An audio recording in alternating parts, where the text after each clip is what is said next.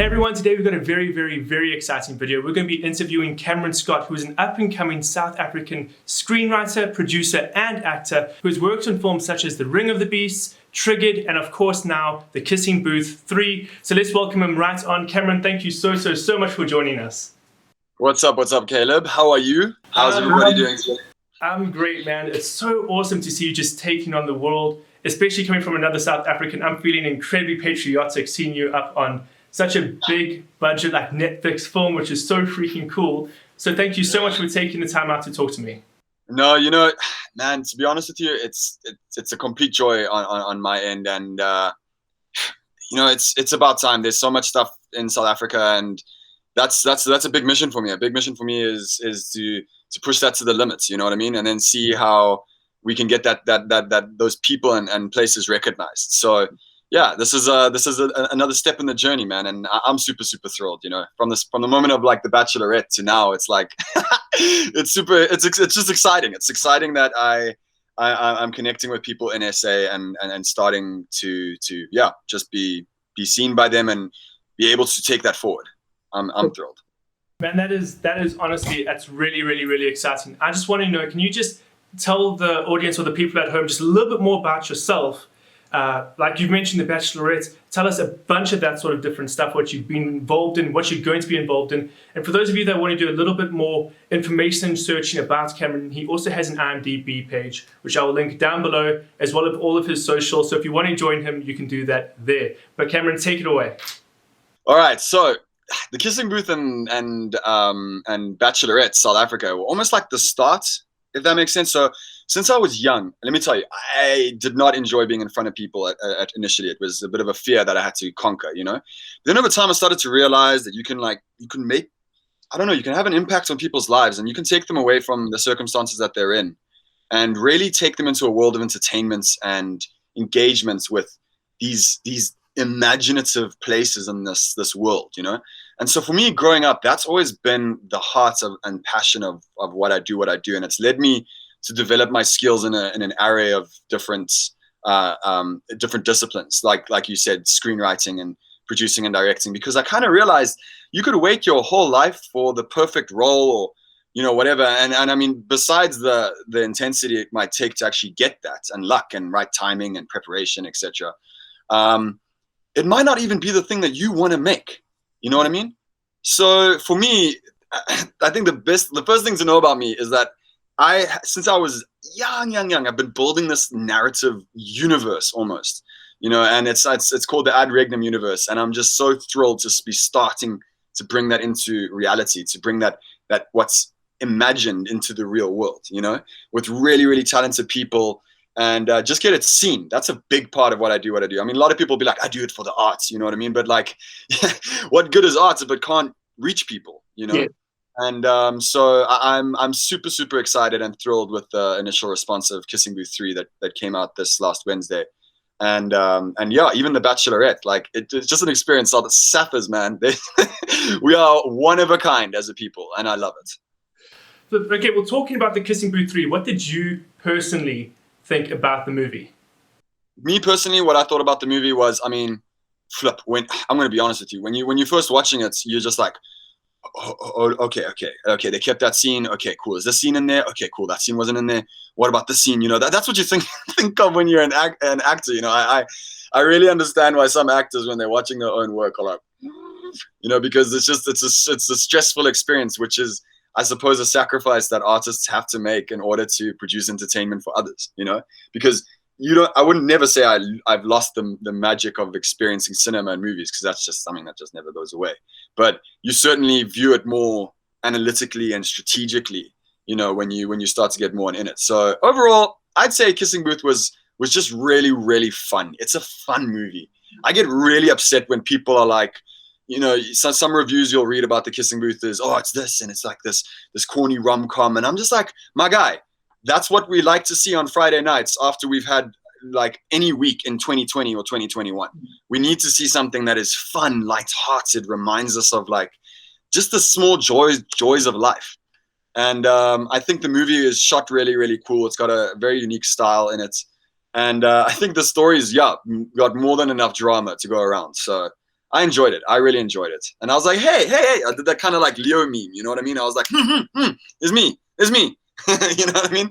So yeah, it was a goodie. Okay, so you were mentioning earlier that you were like waiting the scene. Okay, cool. They kept this in. They didn't take that out. Were any of your scenes that you actually performed in cut? Yes, they were.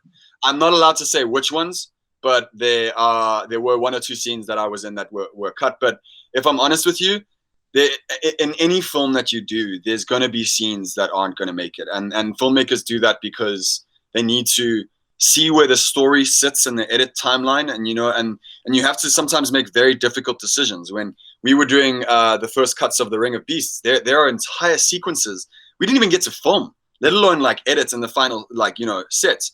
And then when we're finally sitting in that editing booth, we have to make specific decisions that leave things out or include things based off what works as a whole.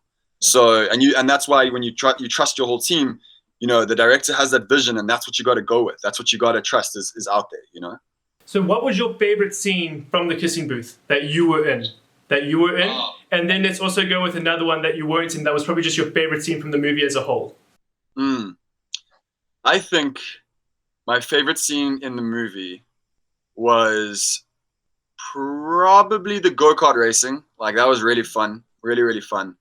I also really enjoyed the party sequences. It was just like, you know, it's just, I love filmmaking, man. I just love movies.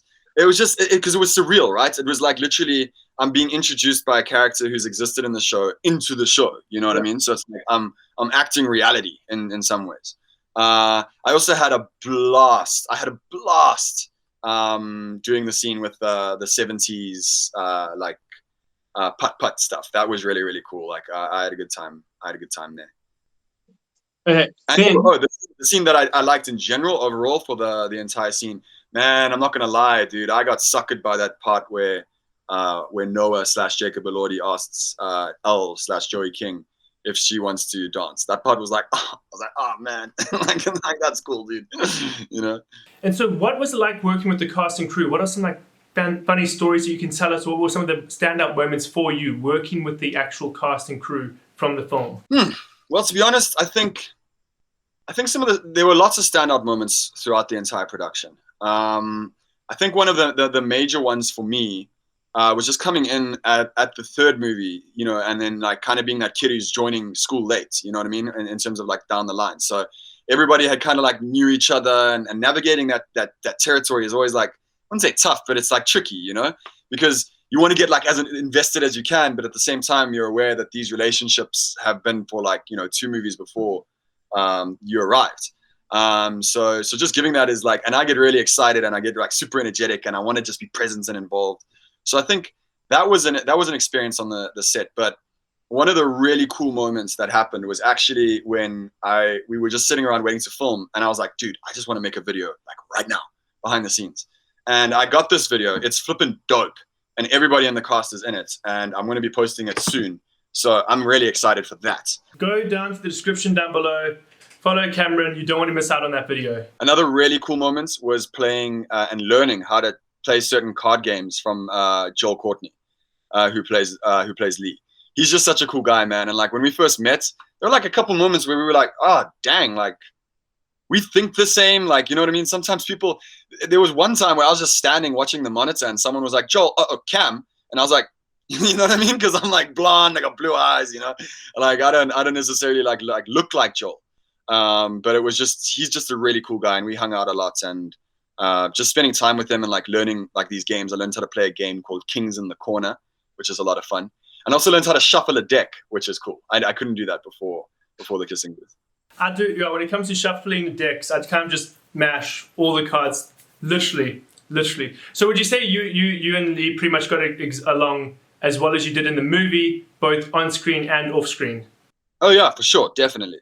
I think it's a lot of people need to also always understand that it's a marathon. Like, you know, especially with Joey, and I got so much respect for her. She's got a IMDb page longer than anyone's arm, now that I think about it. And she was in, dude, she was the tiny Talia al Ghul in Christopher Nolan's The Dark Knight Rises, man. Like, she's been in this industry for a long time, and she just has earned everything that's coming her way. And just watching her professionalism on set and the way she treats people on set was really like inspiring for me. I just think the three people, the three leads, Joel, Jacob, and Joey, all have JJJ. You just got an Abrams in there, man, and you got a pun. They all have their own merit, and I think learning from all of them and just being around all of them was a really, really cool experience for me. Really, really informative and just cool to be around. That's so incredibly awesome to hear. So thank you so much for that. Now, your character Ashton in the movie loved Spider-Man. I want to know, do you love Spider-Man? You, Cameron, do you love Spider-Man? Well, who doesn't like Spider-Man? That's like what I want to know first, like who doesn't like Spider-Man? But with that being said, I will say he's not my favorite Marvel hero, But I mean, he's Spidey, dude. Like, he's your friendly neighborhood Spider-Man. It's just so hard to hate on that guy. There was a period where I was like, Spider-Man is silly. And then I was like, what am I saying? Like, I can't stay mad. Okay, but you can't say he's not my favorite hero without saying who your favorite hero is. It was Tony Stark for the longest time, but that position has been taken by Thor. Ooh, okay. I can see you growing out the golden locks. The locks of Asgard, as it were, yeah. I just hope that I don't end up at like he looked like an Endgame. Yeah. That's something to avoid. That's something to avoid, But like, yeah, this Love and Thunder that's coming out, it's really, really cool, man. So, but in terms of that entire world, like, I'll be honest, like, I love Venom. Like, Venom is like a dream character that I want to play one day. I just think I could like give this like really interesting like Venom voice and like a whole persona to like that character. So you start asking yourself those questions as an actor. You kind of move away from like the fan territory, which like I was immersed in from the get-go, and moving into like flip, like, would I even be able to portray anybody? And if so, who? Like, realistically, for the longest time, I'd be like, I'd love to be Iron Man, but let's be honest, Robert Downey Jr. is Iron Man, and there will only be one Iron Man, and that's that. You know what I mean? Like, Hugh Jackman was Wolverine, and you want to make sure that when you do that, you are the right person for that particular gig. And with characters, bringing it back to Kissing Booth, like Ashton, when I read the script, man, I was like, that's me. Like, I can do that like better than anybody on this planet. And like, if you need to test that theory, let's go. So it's great to see how much passion you actually have for the movie industry. How exactly did you break into that? That's a long and tedious process. So I've been acting since I was like second grade, like doing stuff on and off and continuing the training. And I still train to this day every week in terms of the acting craft. I train every week in terms of just experience with writing and producing and directing. These are all crafts. These are things that you have to do continuously every single day to like achieve one day, hopefully, mastery. And even when you get there, you realize there's so much you don't know, and it's a constant exploration. And that's the way of Kung Fu, man, the way of the samurai in different ways. Sorry, I get so excited talking about this stuff. But I broke into the industry so I did my first commercial. This is a funny story. So I did my first commercial in 2013. I'm not going to name the brand because I might get in trouble. But the director called me over. He's like, dude, look at the shot. I come look at the shot. Look how cool the shot is. And I'm thinking, man, I'm going to get usage. Like, he loves this face. Like, I'm going to get like paid so much money for this. In the final edit, it was like me jumping and like being super excited for finishing school. In the final edits, this is what you saw, bro. This is what you saw. You saw my hands and not my face.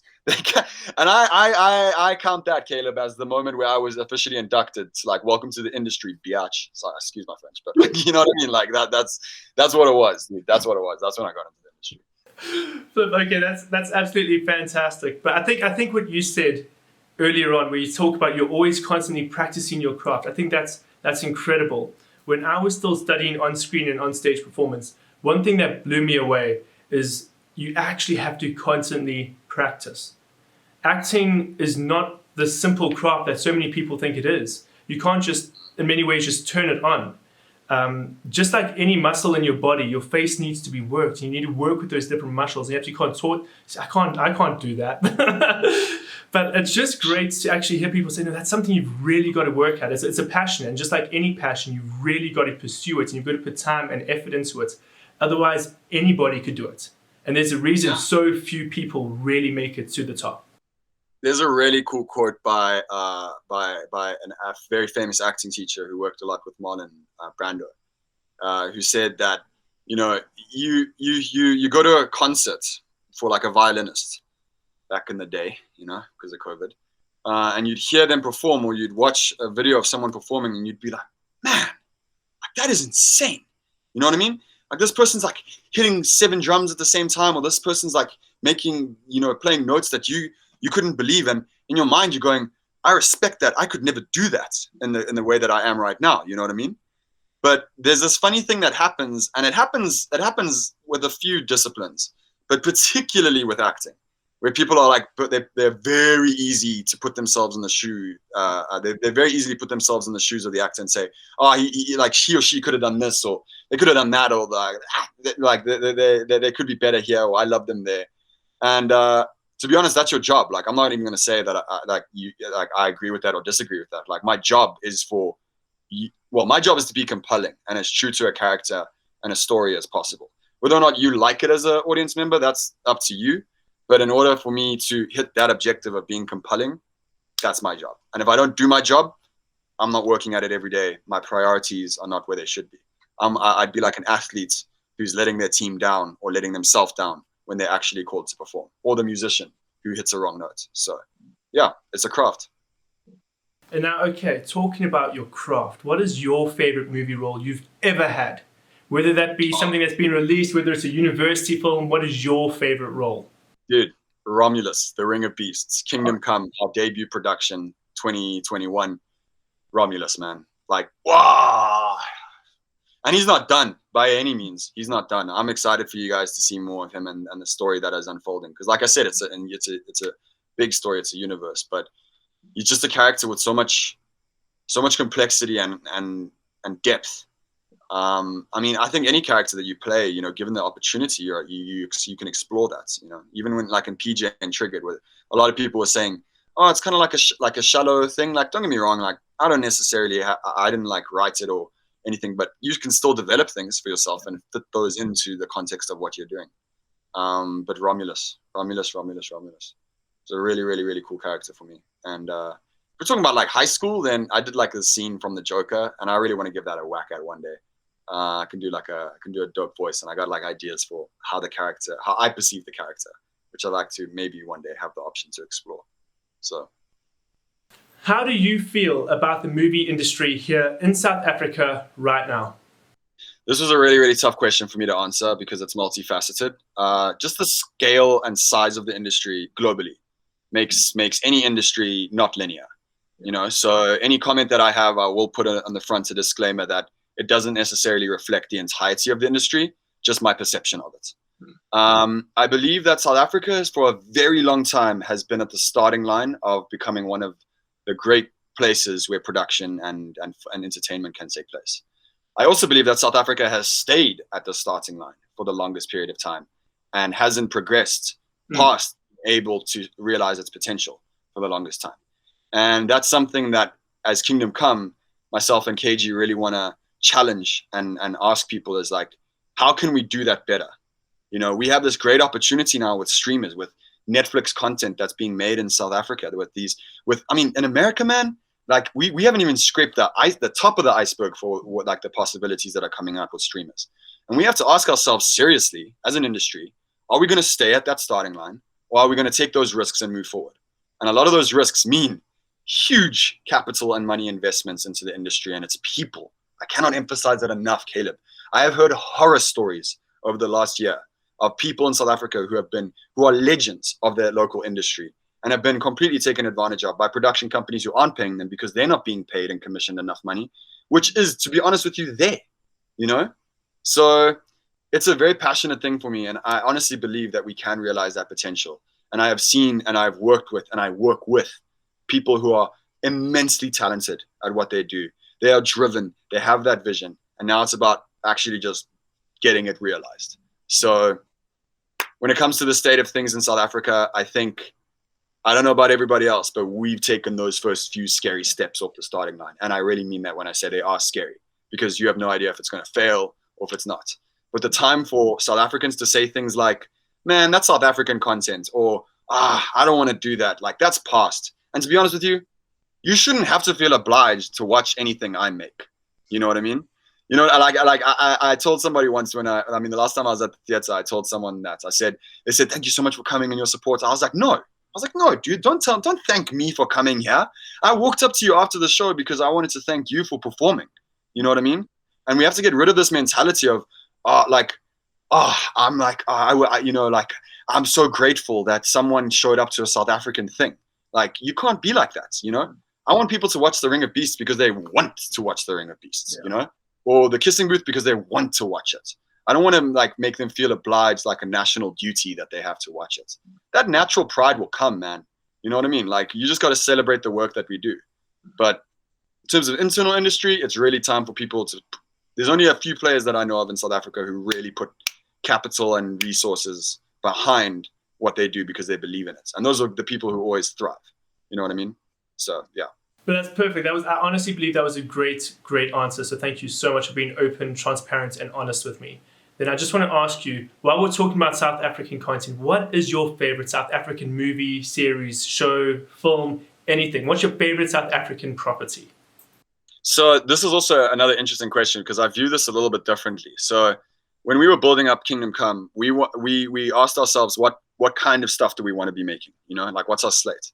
And one of the things that we came to an agreement on is that we're not actually making South African work for America, nor are we making American work for South Africa, nor are we making South African work or American work in general. We're making international standard quality stuff.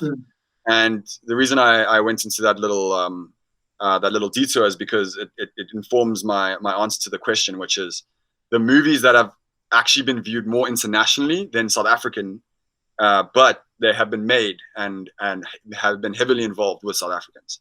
Most notably for me personally, District 9 by Neil Blomkamp. You know, by the time he was directing it and done everything, he had been schooled and had his visa in Canada, but he's a South African who came back to South Africa, was doing movies in South Africa with international people. And I think he's a stellar example of exactly what is possible, you know, when you take those next risks. But there are artists that are scattered throughout SA that are on the cusp of that. And it's just like, I just want to like take a taser, man, and just like, you know, crack on. But the way that you do that is with doing the best that you can. So that's exactly what we and me personally are intending on doing. And now, so what advice would you give to younger generations or people trying to break into the movie industry in South Africa? What tangible advice would you give them? There's a big difference between making something that's good and something that's successful. And people really need to think about that. You know what I mean? So you can make the most profound, shocking, daring performance ever. And if no one sees it, then why did you make it? You know what I mean? And I think for people breaking into the industry, they need to give some real thought beyond the art. The art should come naturally. And to be honest with you, there's a whole other debate for me whether or you should or shouldn't go to film school. But if you do go to film school, and if the thought ever crosses your mind, I hope I fail this semester, or I hope I fail. I hope I pass this semester or this test or exam or whatever. You're in the wrong place, because art is supposed to cause controversy. You know, art is supposed to make people unified and divided at the same time. So it's very dangerous when they start grading that. You know what I mean? But at the same time, film schools are amazing in terms of educating you on how the process works. And like, I'm sure like, you know, as do I, about like the intricacies. Like, you need to be a flippin' trooper by the time you get into the industry. You need to know everything. You know what I mean? And I remember the first production we ever did, it was like a little short film. I got a bunch of buddies together for it. And I opened a page of filmmaker quotes onto a page. I think it was Quentin Tarantino who said, oh, no, it wasn't. It was somebody else who was older. I think maybe Alfred Hitchcock, who said, no one knows anything. Like, you know what I mean? Like, no one knows anything. And I think if you get trained, then you must be trained for a specific reason. And you must pursue that reason relentlessly. So any advice I'd give for people in the industry, start as focused and as disciplined as you can get. And once you are on that track and you're feeling it, you're understanding, always be inquisitive. So what you want to learn, find the best way to learn it. If it is about animation, go to film school. If it's about how to DOP and how to direct and everything else, go to film school or hop on a set. You know what I mean? but please don't. And watch a lot of movies. I love saying that to people. It's like, watch a lot of stuff that you like and some stuff that you don't like. But whatever you do, don't get caught up in the fact that the world owes you favors, you know? So never, ever, always be proactive. Never be in a position where, oh, I've done all these things, so now people will recognize me. You know what I mean? I once saw a crazy Hollywood person on a bus in like 2014, and they came on this bus and they were like, I was born to be a star. And like the doors had closed, bro. So like we were stuck in for the show. You know what I mean? Like it was just like, buckle up, you know? And I was just like thinking to myself, like, it's just such the wrong attitude to have. You know, this person could be doing so much more with their time to make them a star than what they're doing now. So it's also quite like a harsher piece of advice, but one that I would really encourage people to do, because I've seen it. I've seen people who do it. I've seen people who actually take that initiative and are proactive about what they're doing, and it yields fantastic rewards. So I just really encourage that with people. Just be proactive in your day. Always pursue your heart. That's something as well that me and my friend Sheldon and Ten, we talk a lot about in CreateZA, is feeding back into yourself. If you're passionate about something, it's not just also about passion, it's knowledge, it's skills, it's personal development. You can claim these massive feats of amazement and talk about how great you are and how fantastic you are. But if you haven't developed your skills, you've got nothing to back that up. And you're going to be someone who's literally all bark, no bite. You're going to be someone with a big ego with nothing to back it up. You'll become egotistical and not confident because, hey, there you go, thank you. I thought I sounded pretty cool when I said that. But that's exactly it. If you don't actually feed back into yourself, in the same way that if you want to create a production that works and is fantastic, if you don't have the resources, fantastic, start with your phone. But the moment you can, invest in a camera, invest in proper lighting, invest in proper audio equipment. And it's the same with your body.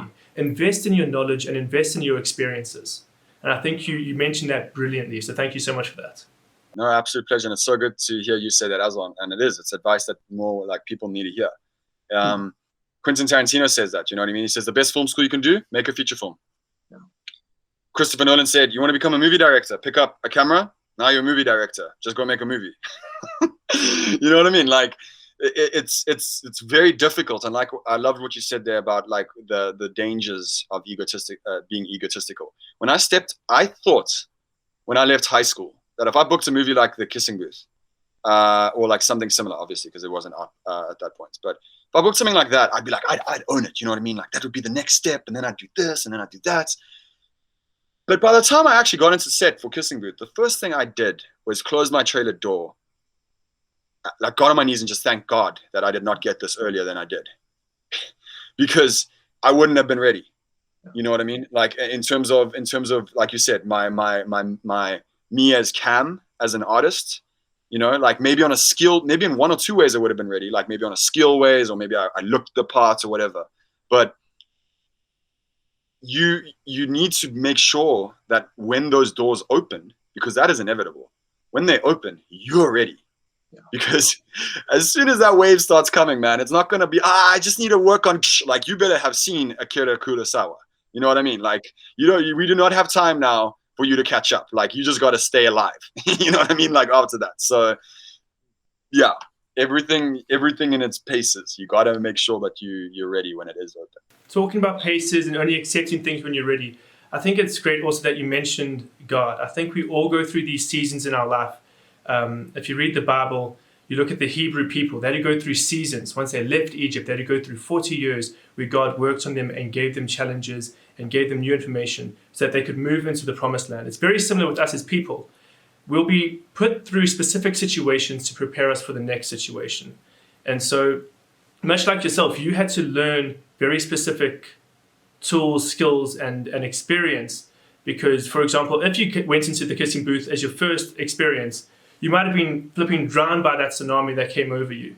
So I think it's great for people to actually just be content in where they are and accept where they are while looking forward, keeping an eternal perspective and seeing where they want to go, but understanding there are valuable lessons where you are now, and you've got to learn those before you can enter your next season.